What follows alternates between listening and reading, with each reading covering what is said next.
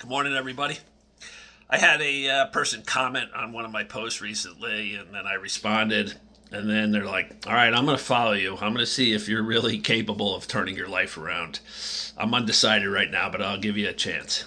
I was like, all right, fair enough. See if I've turned my life around. So I can tell you from the interviews I'm doing with the podcast that people are capable of turning their life around. The one that aired yesterday with Tom Delaney. 12 failed rehab attempts for heroin addiction. You would think he's a complete lost cause.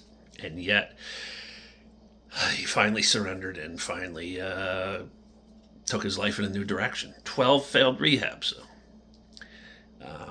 The girl Annie I interviewed, her ballerina career came to a halt because of injuries, and she became a raging alcoholic, like psychotic alcoholic, winding up in the hospital 2-3 times a week, week after week, not even knowing how she got there. And she turned her life around. And I interviewed I interviewed on Monday from Great Britain, Paul Venice. This guy was a complete terror on the streets, a menace, a badass, someone you should fear. He had no conscience. He would just beat up drug dealers, take their money, beat up gangsters, take their money, home invasions. He just didn't care. He had a raging drug habit, smoked crack around the clock, and needed to fuel that addiction. And he just went and took whatever he wanted. And you would think this dude is destined for an early grave or for a long, long, long stint in prison. And yet, the dude turned his life around. And I asked him, what's your morning routine? And he's like, Clark, I wake up early. I meditate first thing. He goes, then I pray. I just give thanks for another day.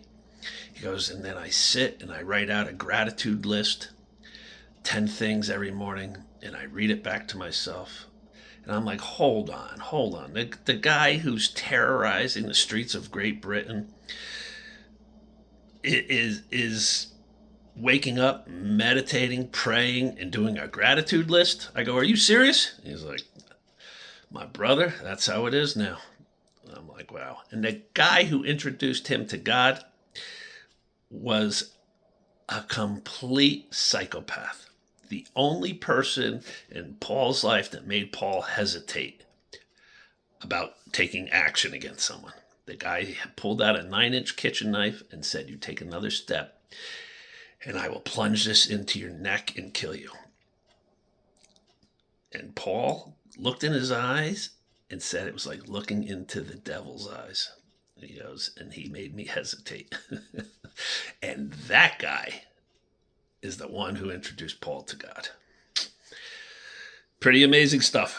So yes, people.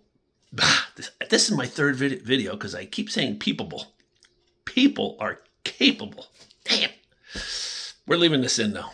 People are capable of turning their life around. So if you have somebody, it's such a fine line between tough love and unconditional love. I don't know where that line, where you draw it, to be honest with you.